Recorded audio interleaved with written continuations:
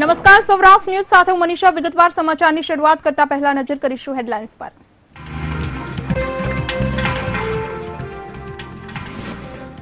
નવસારીમાં નમો નમો મોદીના હસ્તે દિવ્યાંગોને કીટનું વિતરણ. તો મોદીએ કહ્યું, નવસારીએ દુનિયાના નકશામાં સ્વર્ણિમ અક્ષરે નામ અંકિત કર્યું. તો લીમખેડામાં સંબોધી જંગી સભા. તો સીએમ વિજય રૂપાણીએ યોજનાઓને ગણાવી ખેડૂતોના હિતલક્ષી. પીએમ મોદીના 67મા જન્મદિવસે માતા હીરાબાના લીધા આશીર્વાદ. દેશભરમાંથી શુભેચ્છાઓનો વરસાદ. તો સુરતમાં મોદીના જન્મદિવસ નિમિત્તે 3750 કિલોની કેક કટ કરી ગિનિશ બુકમાં નોંધાવ્યું નામ. 10,000 દીકરીઓને ખવડાવાય કેક. અમદાવાદ એરપોર્ટ પર પીએસઆઈ દ્વારા ડીસીપીને લાફો મારવાના કેસમાં પોલીસ કમિશનરે આપ્યા તપાસના આદેશ. કસૂરવાર સામે લેવાશે પગલાં. સંસદીય સચિવ જેઠા સોલંકીની ઓફિસ પાસે યુવકના મૃતદેહ બાદ અનેક તર્ક વિતર્ક. પરિવારજનોએ હત્યા થઈ હોવાના લગાવ્યા આરોપ. નિષ્પક્ષ તપાસની કરી માંગ.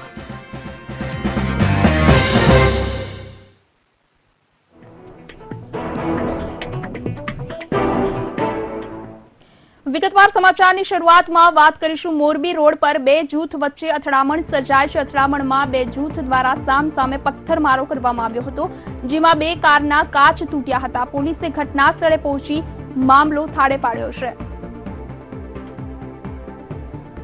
મહત્વનું છે, રાજકોટથી આ સમાચાર મળ્યા છે. પોલીસે જે રીતે આ મામલો થાળે પાડ્યો છે, બે જૂથ વચ્ચે અથડામણ થઈ હતી. રાજકોટના મોરબી રોડ વિસ્તારની આ ઘટના છે. અથડામણમાં સામસામે પથ્થરમારો થયો હતો અને જેના કારણે બે કારના કાચ તૂટ્યા હતા. પોલીસે ઘટના સ્થળે પહોંચી મામલો થાળે પાડ્યો હતો. આ સમગ્ર ઘટના અંગે વિસ્તારથી માહિતી આપવા માટે અનિરુદ્ધસિંહ નકુમ અમારી સાથે રાજકોટથી ફોન લાઈન પર જોડાયા છે. અનિરુદ્ધ, જે રીતે સમાચાર મળી રહ્યા છે, મોરબી રોડ પર બે જૂથ સામસામે આવી ગયા હતા અને જેના કારણે પથ્થરમારામાં બે કારના કાચ તૂટ્યા છે. પોલીસ ઘટના સ્થળે પહોંચી કેવા પ્રકારની કાર્યવાહી હાથ ધરી છે? આ બે જૂથના શખ્સો કોણ કોણ હતા? મનીષા, ખાસ કરીને વાત કરવામાં આવે તો સમી સાંજે રાજકોટના મોરબી રોડ ઉપર એક તંગદિલી જેવો વાતાવરણ સર્જાયું હતું અને બે મુસ્લિમ પરિવારના બે સભ્યો એટલે કે છોકરીની છેડતી પ્રશ્ને આખી ધમાલ થઈ હોવાનું બહાર આવી રહ્યું છે. અને બે ઈસમો કે જે બે દૂરના પરિવારજનો છે, બે પરિવારજનો આમને સામને આવી જાય, સોડાની બોટલો, દારૂની બોટલો અને તલવાર સાથે ખુલ્લામ તે રોડ ઉપર આવી જાય. એક સમય માટે તે વિસ્તારની અંદર તંગદિલી જેવું વાતાવરણ મચી ગયું હતું અને લોકો જે જોનાર લોકો છે તે લોકોમાં નાસભાગ મચી ગઈ હતી. પણ રાજકોટની ક્રાઇમ બ્રાન્ચની માંડીને તમામ પોલીસ સ્ટેશને પહોંચી જાય આવા તત્વોને તુરંત જ ત્યાં કોડન કરી અને તેઓને પકડી લેવામાં આવ્યા હતા. અને એ ડિવિઝન અને બી ડિવિઝન પોલીસે તપાસનો ધમધમાટ શરૂ કરી દીધો છે. અને અન્ય જે શખ્સો છે જે તોફાન કરીને ભાગી ગયા છે, કાર કોને તોડફોડ કરી, બાઇકમાં કોને તોડફોડ કરી, તે દિશામાં પણ પોલીસે તપાસનો ધમધમાટ શરૂ કરી દીધો છે. બિલકુલ અનિરુદ્ધ, આપનો આભાર સમગ્ર માહિતી આપવા બદલ. જે રીતે રાજકોટમાં ઘટના બની છે, છોકરીની છેડતી મામલે બે જૂથ આમસામે આવી ગયા અને દારૂની બોટલ સાથે પથ્થરમારો કરતા બે કારના કાચ પણ તૂટ્યા હતા. પોલીસે અંગે વધુ તપાસ હાથ ધરી છે.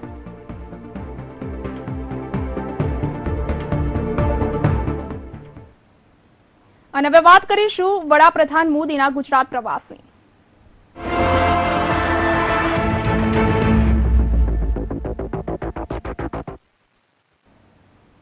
પ્રધાનમંત્રી મોદીએ નવસારીમાં દિવ્યાંગોને કીટ વિતરણ કર્યું હતું. મોદીએ આગવી છઠ્ઠામાં નવસારી વાસીઓને કેમ છો કહી સંબોધન કરતા લોકોએ તાળીઓના ગડગડાટથી તેઓને વધાવી લીધા હતા.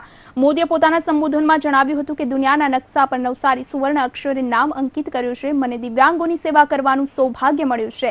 નાના બાળકોએ પીએમને જન્મદિવસની શુભકામના પાઠવી હતી. તો પીએમએ પુસ્તકનું વિમોચન પણ કર્યું હતું. કેમ છો? મજામાં? આપણું નવહારી ઠીક છે ને?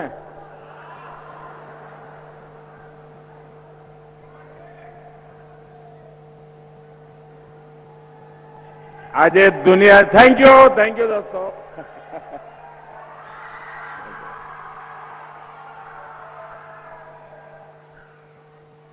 દુનિયાના નકશા પર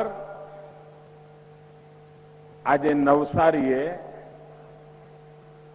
સ્વર્ણિમ અક્ષરે પોતાનું નામ અંકિત કરી દીધું. નવસારીને લાખ લાખ અભિનંદન.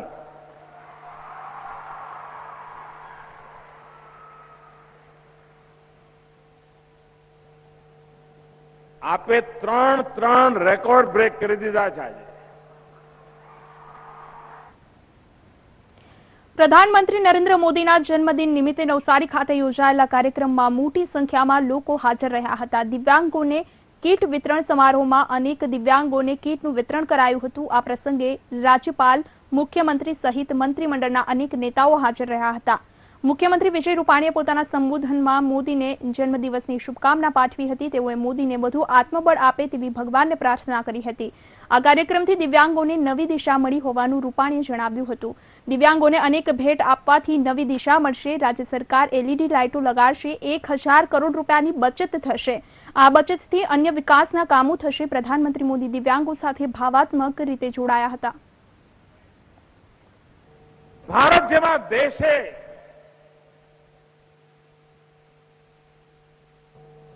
હવે હોતી है, चलती है, चलेगा, देखेंगे, ये जमाना पूरा થઈ ગયા.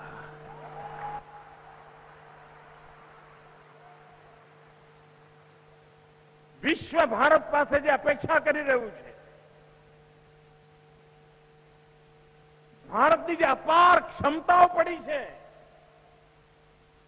એના પ્રત્યે વિશ્વ આકર્ષાયું છે. ત્યારે 125 કરોડ દેશવાસીઓની પણ આ તક ઝડપી લેવા માટેની તૈયારી જોઈએ. અવસર ચૂકવો ના જોઈએ દોસ્તો. નવસારી ખાતે દિવ્યાંગો માટે યોજાયેલા કાર્યક્રમમાં મોટી સંખ્યામાં લોકો ઉપસ્થિત રહ્યા હતા. 67 દિવ્યાંગોને 67 ગાયોનું દાન કરવામાં આવ્યું. તો દિવ્યાંગોને વ્હીલચેર, લેપટોપ પણ અપાયા હતા. પીએમ મોદીએ બાળકી પાસે રામાયણની વાત પણ સાંભળી હતી.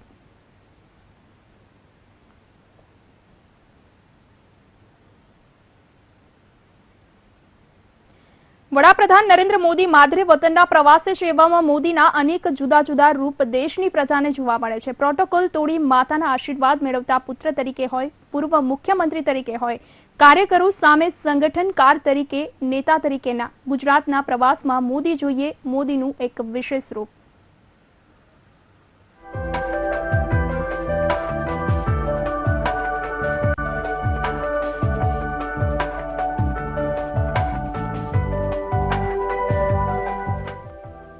પીએમનો નિર્દોષ પ્રેમ. બાળકીને ફેરવ્યો માથે હાથ. પ્રેમથી સાંભળી કવિતા. બાળકી સાથે કવિતા ગાઈ. વડાપ્રધાન મોદીએ નવસારીમાં 11,200 દિવ્યાંગોને 10 કરોડથી વધુની વિવિધ કીટ અર્પણ કરી. તો વડાપ્રધાનનો બાળકો પ્રત્યેનો પ્રેમ પ્રગટ થયો. એક નાની બાળકીએ કવિતા ગાઈ.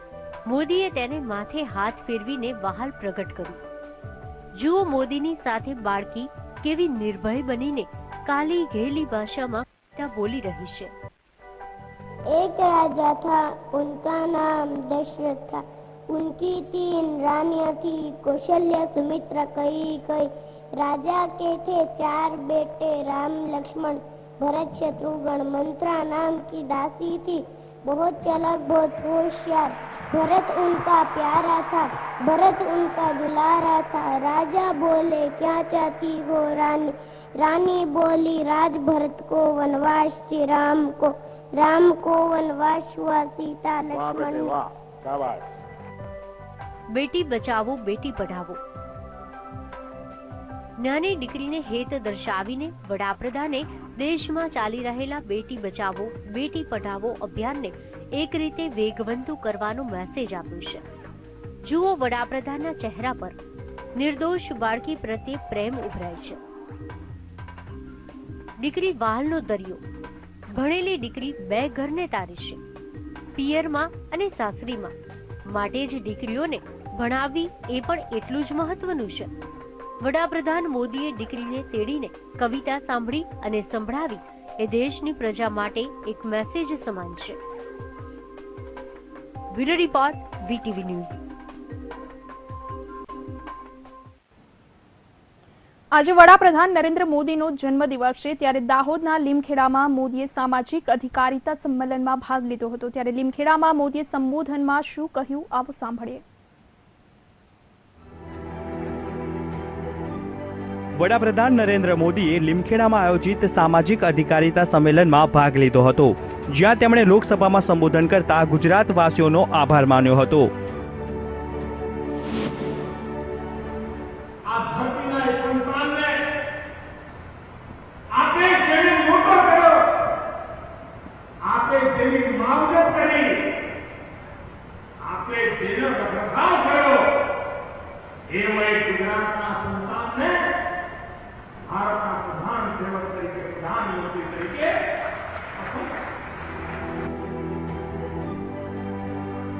આ સાથે જ મોદી સરકારના વખાણ કરતા મોદીએ ભાજપની સરકારને ગરીબોની સરકાર ગણાવી હતી.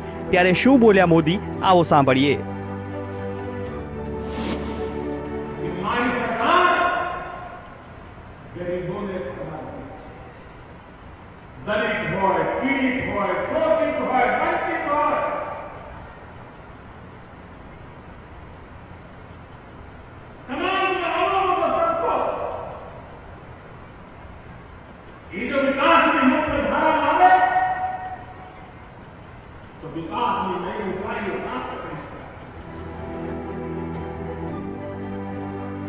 દેશમાં એલઈડી બલ્બ અંગે શરૂ થયેલા અભિયાનનો ઉલ્લેખ કરતા જણાવ્યું હતું કે 2.25 કરોડ એલઈડી બલ્બ લગાડી ગુજરાત સમગ્ર દેશમાં નંબર 1 બન્યું છે.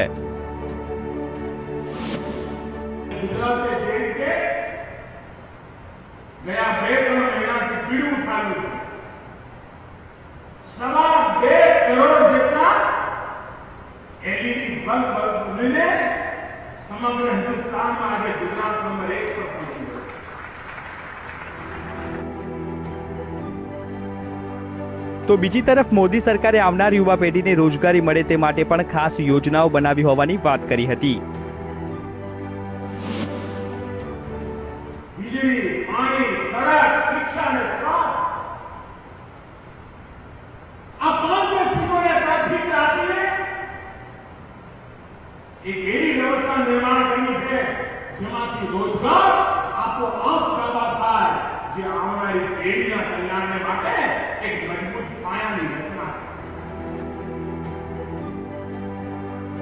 આગામી 2022માં દેશના ખેડૂતોની આવક બમણી કરવી છે અને સોલાર પંપ અને ટપક સિંચાઈ અંગેની વિવિધ યોજનાઓ પર કામગીરી ચાલી રહી છે તેવી વાત મોદીએ કરી હતી.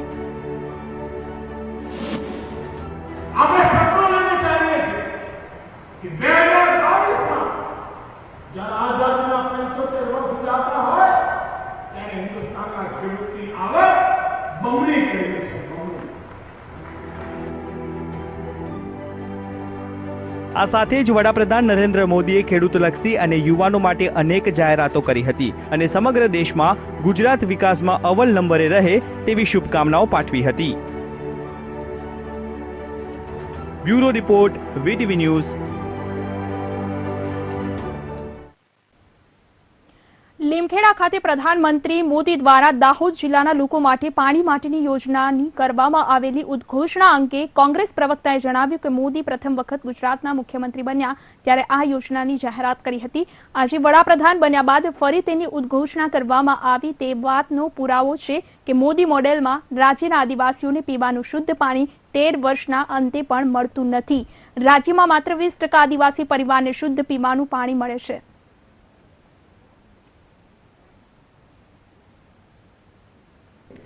સૌથી મોટી આદિવાસી સમાજ માટેની સૌથી મોટી છેતરપિંડી હોય તો તેમના વનબંધુ કલ્યાણ પેકેજના નામે ઉત્સવોને તાઇફામાં નાણાં વેરફવામાં આવે છે, પણ આદિવાસી કલ્યાણ માટેના કોઈ નાણાં વપરાતા નથી. જે આદિવાસીની સ્થિતિ 20 વર્ષમાં જોઈ છે કે ભારતીય જનતા પાર્ટીએ શું કર્યું. આજે આદિવાસી વિસ્તારની અંદરનું શિક્ષણ હોય, આરોગ્ય હોય કે પછી રોજગાર આપતી ઐતિહાસિક યોજના મનરેગા હોય, એમાં મોટા પાયે ભ્રષ્ટાચાર ભારતીય જનતા પાર્ટીના મળતિયાઓ કરે છે અને મનરેગા યોજનામાં નાણાંનો કાપ આપીને આજે એ વિસ્તારમાં 100 દિવસની રોજગારનો કાનૂન જે કોંગ્રેસે આપ્યો એનો અમલ નથી થતો, અન્નસુરક્ષાનો અમલ નથી થતો, અન્નસુરક્ષા ધારાનો, અને તે જ રીતે જંગલની જમીનના કાયદાનો ગુજરાત 11મા ક્રમાંકે છે. એના માટે તો મોદી સાહેબ આજ ભાષણમાં કંઈ બોલ્યા નથી. વડાપ્રધાન મોદીએ ગુજરાતમાં ઉજવેલા પોતાના જન્મદિવસની વધુ કેટલીક વાતો સાથે પરત ફરીએ છીએ. હાલ રોકાય બ્રેક માટે.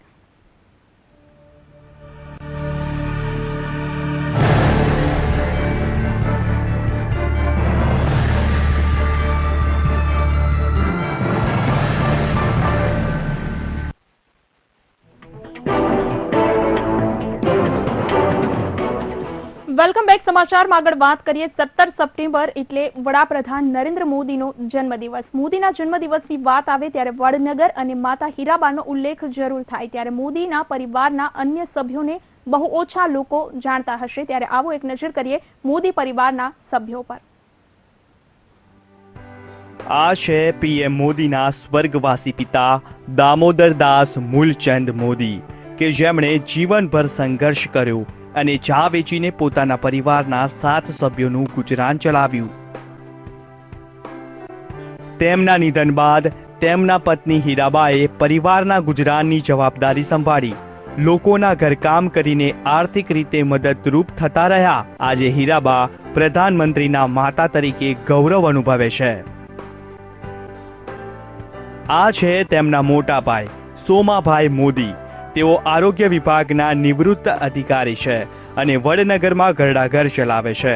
તેમના પત્ની ચંદ્રિકાબેન અને સંતાનમાં 2 પુત્રો છે. આ છે પીએમ મોદીના બીજા મોટા ભાઈ અમૃતભાઈ મોદી. તેઓ લેથ મશીન ઓપરેટર હતા અને હાલ વડનગરમાં નિવૃત્ત જીવન ગાળી રહ્યા છે. તેમના પત્ની ચંદ્રકાંતાબેન અને 2 સંતાનો છે. આ છે પીએમ મોદીના ત્રીજા નાના ભાઈ પ્રહલાદભાઈ મોદી. તેઓ સસ્તા અનાજની દુકાનની સાથે ટાયરનો શોરૂમ પણ ધરાવે છે. તેમના પત્ની ભગવતીબેન અને સંતાનમાં 3 પુત્રીઓ છે, જેમાંથી એકનું નિધન થઈ ચૂક્યું છે અને 1 પુત્ર છે. આ છે પીએમ મોદીના નાના ભાઈ પંકજભાઈ મોદી. તેઓ માહિતી ખાતામાંથી નિવૃત્ત થયા બાદ માતા હીરાબા સાથે રહે છે. તેમના પત્ની સીતાબેન અને 2 પુત્રી અને 1 પુત્ર છે. આ છે પીએમ મોદીના એકના એક બહેન વાસંતીબેન મોદી. તેમના પતિ હસમુખભાઈ છે. તેમને સંતાનમાં 3 પુત્રીઓ છે અને 1 પુત્ર છે. પીએમ મોદીનો પરિવાર સામાન્ય જીવન જીવી રહ્યો છે. પરિવારના કોઈ સભ્યોએ અત્યાર સુધી નરેન્દ્ર મોદીના નામે ક્યારેય અભિમાન નથી કર્યું, પરંતુ 6.5 કરોડ ગુજરાતીઓની સાથે પીએમ હોવાનો ગૌરવ જરૂર છે. Bureau report, VTV news. તો નરેન્દ્ર મોદીનો તેમની માતા પ્રત્યેનો આદર સવિશેષ રહ્યો છે. આ દ્રશ્યમાં તમે જોઈ શકો છો, સીએમ હતા ત્યારે તેઓએ હીરાબાના આશીર્વાદ લીધા હતા. ત્યારબાદ પીએમ બનતા જ્યારે ગુજરાત છોડ્યું ત્યારે પણ આશીર્વાદ લઈને દિલ્હી રવાના થયા હતા અને આજે 67માં જન્મદિવસે તેઓ માતા હીરાબાના આશીર્વાદ લેવા માટે આવ્યા. તો તેઓ હીરાબાને 7 CRC માં પણ સાથે લઈ ગયા હતા.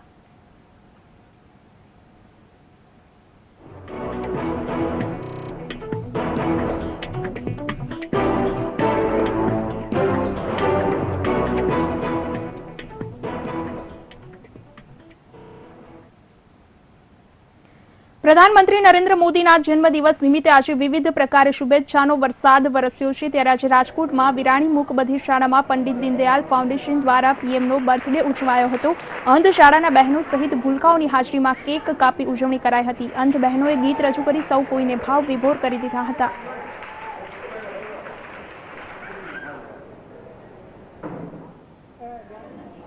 વિકાસથી વંચિત રહી ગયેલા આદિવાસી ભાઈઓ બહેનોની વચ્ચે જ્યારે ગાળવાના હોય ત્યારે ગુજરાતની પ્રજાને હૈયે હર્ષની લાગણી હોય, સ્વાભાવિક જ છે. પરંતુ એમણે જે રીતે વિકલાંગો દિવ્યાંગોની વચ્ચે પોતાનો જન્મદિવસ ઉજવવાનું નક્કી કરી અને હું માનું છું કે ભારતના સમગ્ર 125 કરોડ પ્રજાજનોને જે સંદેશો આપ્યો છે કે જે લોકોને શારીરિક ખામીઓ છે તે પણ આપણા જેવા જ હકદાર છે, તેઓ પણ આપણા જેટલા જ માનના હકદાર છે.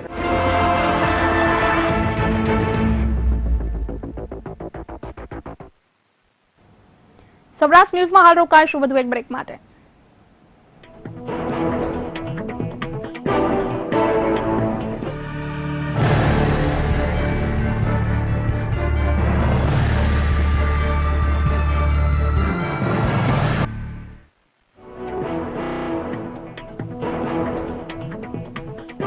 Welcome back. સમાચારમાં આગળ વાત કરીએ. ગીર સોમનાથના કોડીના છાત્રાલયના રૂમમાંથી ગળે ફાંસો ખાધેલી હાલતમાં મળી આવેલા મૃતદેહ મામલે હવે ચોંકાવનારા ખુલાસા સામે આવ્યા છે. ખુદ મૃતકના ભાઈએ આ ઘટનાને લઈ આશંકા વ્યક્ત કરતા નિવેદન આપ્યું છે. શું છે સમગ્ર મામલો, આવો જાણીએ અમારી વિશેષ રજૂઆતમાં.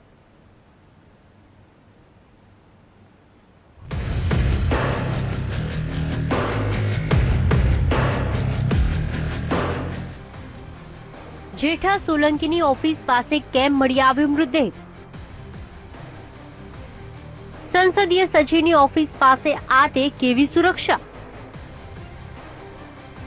યુવાનના મોત પાછળ કોણ છે જવાબદાર? ગીર સોમનાથમાં આવેલી સંસદીય સચિવ જેઠા સોલંકીની ઓફિસ પાસે એક છાત્રાલયના યુવાનનો મૃતદેહ મળી આવ્યો હતો. દલિત યુવાનની ગળે ફાંસો ખાધેલી હાલતમાં આ યુવાનની લાશ મળી આવતા આત્મહત્યાનું રહસ્ય ઘૂંટાતું જાય છે. શંકાસ્પદ હાલતમાં મળી આવેલી લાશને લઈ હવે અનેક તર્ક વિતર્કો ઉભા થયા છે. ખુદ મૃતકના ભાઈ રાહુલે હવે આ કેસને લઈ ગંભીર આક્ષેપો કરતા જણાવ્યું છે કે તેના ભાઈ જિગ્નેશે આત્મહત્યા નથી કરી, પરંતુ તેની હત્યા કોઈ ચોક્કસ કારણોથી કરવામાં આવી છે. મોબાઈલ અને બેટરી કાઢેલી હતી, એ પ્રમાણે મોબાઈલ પડેલો હતો. જ્યારે પરિવાર સાથે વાત કરવામાં આવી ત્યારે એવી ખબર મળી કે અમે રાતના જિગ્નેશને ફોન કરતા હતા, પણ જિગ્નેશ અમારો ફોન ઉઠાવતો નહોતો. બરાબર, એના મોબાઈલમાં રિંગ જતી હતી. એ પ્રમાણે અમે રાતના 1:15 વાગ્યા સુધી ફોન કરવામાં આવ્યો. પછી એનો મોબાઈલ અમને સ્વિચ ઓફ બતાવવામાં આવેલો હતો. રાતના 1 વાગ્યા પછી જો એવું બનેલું હોય તો સાંજના 4:30 વાગે જો અમને લાશ અને બોડી જે મળી આવી છે એ શા માટે ડીકમ્પોઝિશન હાલતમાં મળેલી આવી છે? કારણ કે કોઈ પણ માણસનું ડીકમ્પોઝિશન થાય ત્યારે 24 કલાક મિનિમમ લાગે છે, તો 12 કલાકની અંદર જ આખું બોડી ડીકમ્પોઝિશન થઈ ગયું એ અમારા માટે ખૂબ જ શંકાસ્પદ છે. પરિવારજનોની વીટીવી સાથે થયેલી વાતચીતમાં તેમણે જિગ્નેશની આત્મહત્યા મામલે હાલ તટસ્થ તપાસની માંગ ઉચ્ચારી છે. ત્યારે મૃતકના કાકા આ રહસ્યમય આત્મહત્યા મામલે શું કહી રહ્યા છે, આવો હવે તે પણ જાણીએ. ની ડેડ બોડી મળી છે અમને, એ થોડી અમને શંકાસ્પદ જેવું લાગે છે. એ માટે અમે ડેડ બોડીને પીએમ માટે જામનગર રિફર કરી છે અને જામનગરથી પીએમ થઈ અને આવશે. પછી શું રિપોર્ટ મળે એના ઉપર તપાસ કરાવશું અને પોલીસને અને સંસદીય સચિવ શ્રી જેડી સોલંકીને અમે વિનંતી કરીએ છીએ કે આ કેસ અમને શંકાસ્પદ લાગે છે અને આમાં ડીપમાં તપાસ કરી અને જો કોઈ કસૂરવાર ઠરે તો એને સખત સજા કરવામાં આવે. સ્થાનિક પોલીસે હાલ તો સમગ્ર ઘટના અંગે અને પરિવારજનોની માંગને લઈ દલિત યુવકની લાશને પોસ્ટમોર્ટમ માટે ખસેડી છે અને આ કેસમાં ઝીણવટભેર તપાસ હાથ ધરી રહી છે.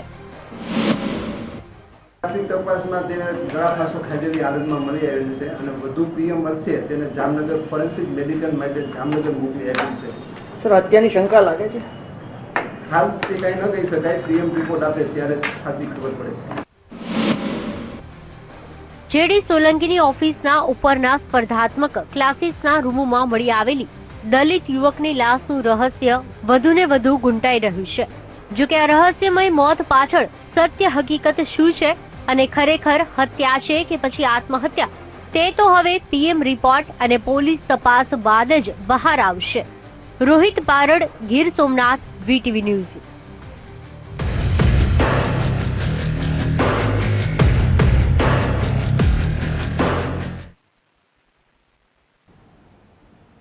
દ્વારકાના સૂરજ કરાડી ગામ ખાતે એમબીબીએસ ડોક્ટરે આપઘાત કરી લેતા ચકચાર મચી ગઈ છે. નવકાર હોસ્પિટલ ચલાવતા એમબીબીએસ ડોક્ટરે આપઘાત કરી લેતા પરિવારજનોએ સ્થાનિક પોલીસ સ્ટેશનમાં ફરિયાદ દાખલ કરાવી છે.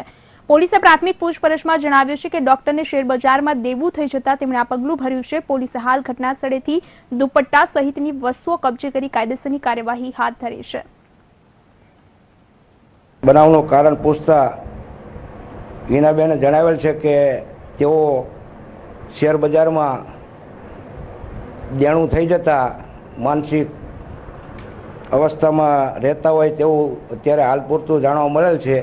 તેમ છતાં મરણ જનાર કલ્પેશભાઈની પીએમ માટે લાશ દ્વારકા મોકલેલ છે. સૌરાષ્ટ્ર ન્યૂઝમાં અત્યારે બસ આટલું જ. વધુ સમાચાર માટે આપ જોડાયેલા રહો વીટીવી ન્યૂઝ સાથે. રજા આપશો. નમસ્કાર.